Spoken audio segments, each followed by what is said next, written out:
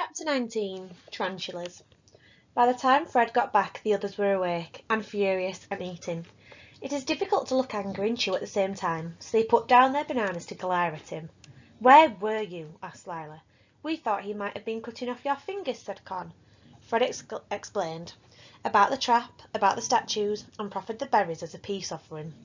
By the time they'd finished spitting out the berries, and Max had finished miming being sick on Fred's shoes, Con and Lila had stopped glaring quite so ferociously. Lila offered him 3/4 of a banana. "We found them over there. There's a tree behind that cluster of stones where the earth shows through.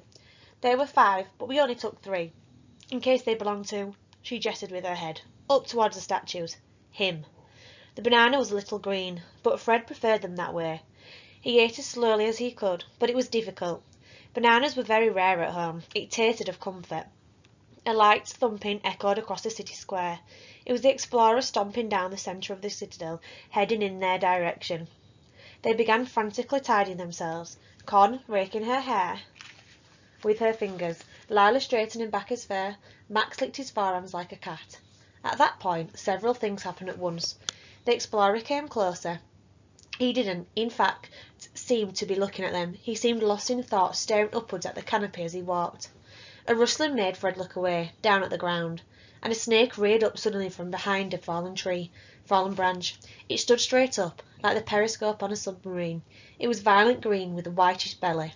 Its eyes were red. Fred gave a hiss and gestured to the others. They froze.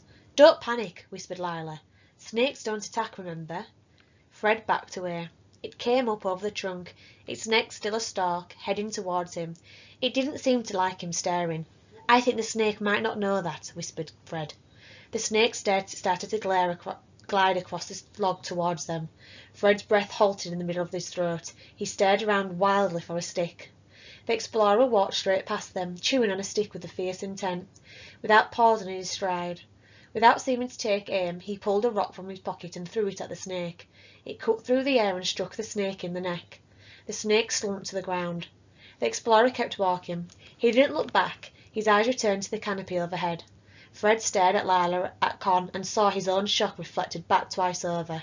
"Where did he learn to do that?" whispered Lila. "And why?" hissed Con. "I thought he'd rather we were all dead. It'll be more convenient for him." "Don't you say that," said Max. "You can't." His face was full of righteous fury. "He killed the snake for us, and he's mine." The explorer stopped walking, and his head whipped around to look at them. Con's mouth snapped shut, and she backed behind Fred, but the man's eyes were on Max. The explorer strode backwards towards them. He bent, picked up the limp body of the snake and thrust it into his pocket. His voice was abrupt, and without gentleness. "I have no wish to have it on my conscience if you die. Have none of you any idea what to do if you see a snake?" "No," said Fred. That should have been fairly clear, he thought. The explorer sighed. "For future reference, walk away, backwards, as fast as you can. Don't run, and hum as you go." "You want us to serenade a snake?" said Con. "Why?" They didn't like the vibration. "Or, if you can kill it, it makes a reasonable dinner. If you really plan to make the journey to Maynooth, you should know that. There are a great many things you need to know to do. Can you fish?" "No," said Fred. "Not really." "Can you hunt?" "No," said Lila. "Can you set traps?"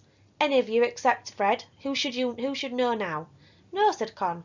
"Why would we be able to? I live with a great aunt. She doesn't trap anything except dust. And mice. But she doesn't eat them." Lila grinned at her wonky tooth shining conspiratorially.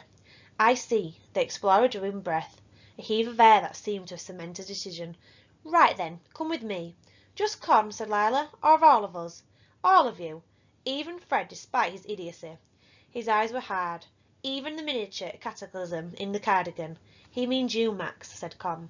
"I've found a nest," said the explorer, "and I will share it with you. But I want to be clear. This is the only help I will give you. I have no time to waste on children." "A nest of what?" said Lila. She scooped back her up and settled him in her arms.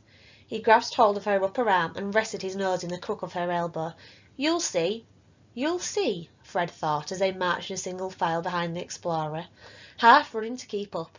"You'll see" were not reassuring words when spoken by someone whose fur coat still had the feet and faces attached. The nest, when they reached it, sticky with sweat and their hair full of twigs, did not look as Fred had expected. It was a hole in the ground. In fact, it was barely even that. The ground was covered in dry leaves, and the hole was almost invincible. "What's in there?" asked Fred. He wondered if it might be mice. Did mice dig burrows? He wasn't sure how he would feel about eating a mouse. "Tarantulas," said the explorer. Oh, mice suddenly sounded much more appetizing, thought Fred. "They're delicious. They taste like shrimp cocktail." The explorer looked at Con, whose mouth was open. "Do you have a plan for your face, or are you going to keep it like that?" "You don't actually eat tarantulas?" asked Con. "Do they attack sloths?" said Lila. Back appeared out from her elbow. "We get to eat spiders," said Max. The three sentences were spoken very differently. Fred thought disgust, cautious interest, sheer unholy joy.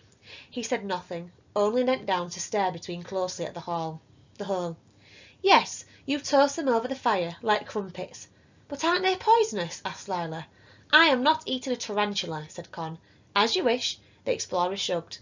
"If you plan to walk to Maynooth, the day will come when you'll be glad of knowing how." "Right, we'll need some long twigs." "I'm not eating one," said Con. "That shouldn't be a shocking position to take." She turned to Lila and Fred for confirmation. "That's normal." "I want to try it," said Fred. "Why on earth?" "'Cause I don't want us to starve on the walk to Maynooth, and what else are we going to eat? And what if it's good?" Lila's face was interested. "What do you think are the chances it will be, percentage-wise?" "Low," said Con. "Really, disgustingly low." "Who wants to go first?" asked the explorer. There was a glimmer in his eyes. Fred didn't absolutely trust him. Fred looked down at the hole. He thought he saw a shadow move inside it. His stomach rumbled. "I will," he said. "Fine," the explorer smiled. It was not an easy smile. There was something wolfish about it. "It's very simple. Take a stick and jab it in the hole. The tarantula will come out to see what's happening." Fred crouched over the hole and shook the tip of the stick backwards and forwards over the tarantula nest. "You have officially crossed the line between brave and a medical condition," said Con. "It can take a while, so don't give up," said the explorer. "It's a good season for tarantulas. They should be meaty." "He's mad," whispered Con to Lila. "We're alone in a jungle, an actual, real-life madman." Fred kept shaking his stick. Nothing happened. Con visibly relaxed. "It's empty," she said. "Thank goodness it's empty." 4 legs, jointed, thin and hairy, emerged from the nest. Fred froze. "Keep going," barked the explorer. "Move the stick backwards. Lure it out." The spider was emerged was as big as Fred's palm and light brown. "It's a female," said the explorer. "The males are black." His hand darted past Fred and he grasped hold of the tarantula round the middle. He held his fingers well back from the princes, which waved irate at the air. "Do you want to stroke it?" he said. Sloths, when anxious, make noises halfway between a sheep and a seagull. Back let a tiny, shrill beat. Lila stepped back, her arm shielding the sloth's eyes. The honest answer, Fred thought, was no. It was a no loud enough to shake the foundations of the jungle. But the words that came out of his mouth were, "Which way do I stroke it?"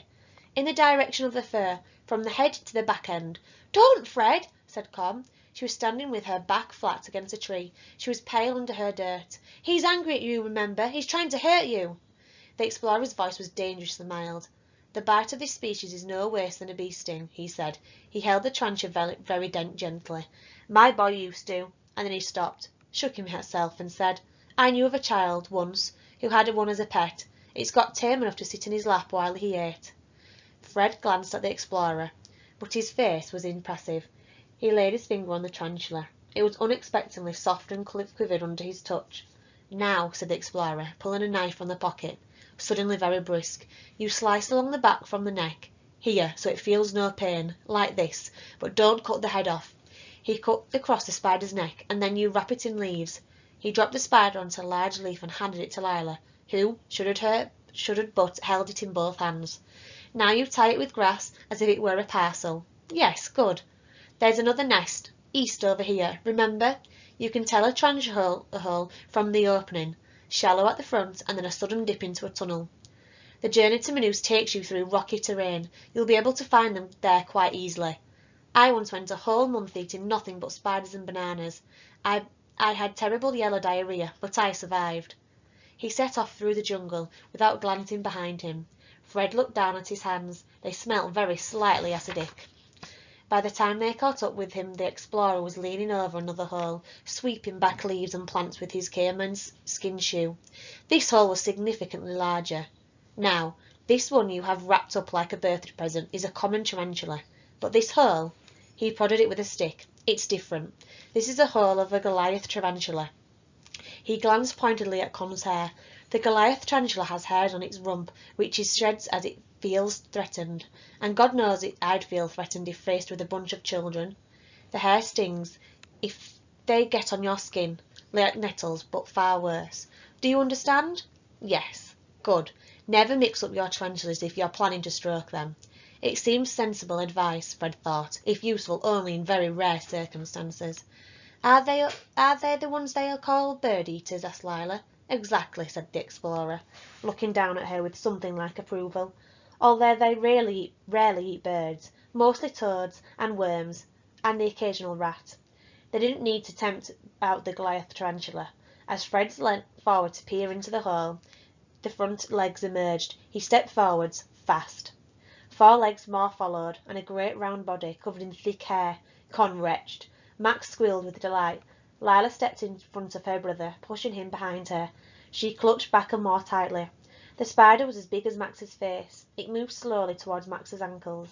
As calmly as if he were tying a shoelace, the explorer reached down, pressed the spider to the ground with a stick, and gathered up the legs in his fingers. "Hand me some leaves, one of you, and watch your feet. There'll be more." By late afternoon they had 6 tarantulas. They took them home to their fire, and Lila laid them neatly in a row. "Good. Now you have them on sticks until all the hair burns off," said the explorer.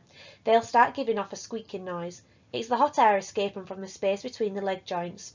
That's a sign they're done. You can eat all of it, including the face." "The face?" said Con weakly. The explorer laughed. He picked up 2 of the parcels, leaving them 4. "You're on your own now," he said. "Don't disturb me again, or I'll serve you your eyebrows to the cayman like olives at a cocktail party." They stared at the bulk of his retreating back as he strode into the jungle. Fred speared his tarantula on a stick and held it over the fire, watching it turn dark brown in the flames. Lila toasted Max's for him. Con's lay still in its parcel. She refused to look at it. "It's a spider," she kept whispering. After 10 minutes the spiders began to whistle, a sound like a tea kettle. Fred gathered all his courage together. He pulled the tarantula off the stick. It was hot and crispy, but it looked unambiguously spidery. He held his nose and bit a leg off. He was astonished. They tasted a little fish-like and salty like the sea. He took another, larger bite. "It's not bad," he said. Con stared at him. "You're eating spiders. You do realise that?" Max took a bite of his. "It's very delicious," he said. "Can I eat yours if you're not having it?" "No," said Con. "Try a leg of mine," said Fred. The spider made him feel more awake. He could imagine the journey home, really imagine it, for the first time. Walking by the day and eating spiders and whatever fruit they could find each night. He thought of his father meeting him at the dock in Portsmouth, bending in to pull Fred into his arms. He shook himself and tried to push the thought away. "It tastes of fishy chicken," said Lila. "Really, truly, it's not bad. Promise it's not a trick." "Promise. Try mine." Fred burned his. Lila held out a spider leg, very gingerly. Con took the leg from Lila. She sniffed it. "It didn't smell of anything, just the fire," she said suspiciously. She closed her eyes and bit the tip of the foot. Her eyes opened in surprise. "It's not terrible," she said. "It tastes almost like food. I love them." Max spoke with a half of the spider leg hanging out of his mouth. "They should sell them at the pantomime with the ice cream."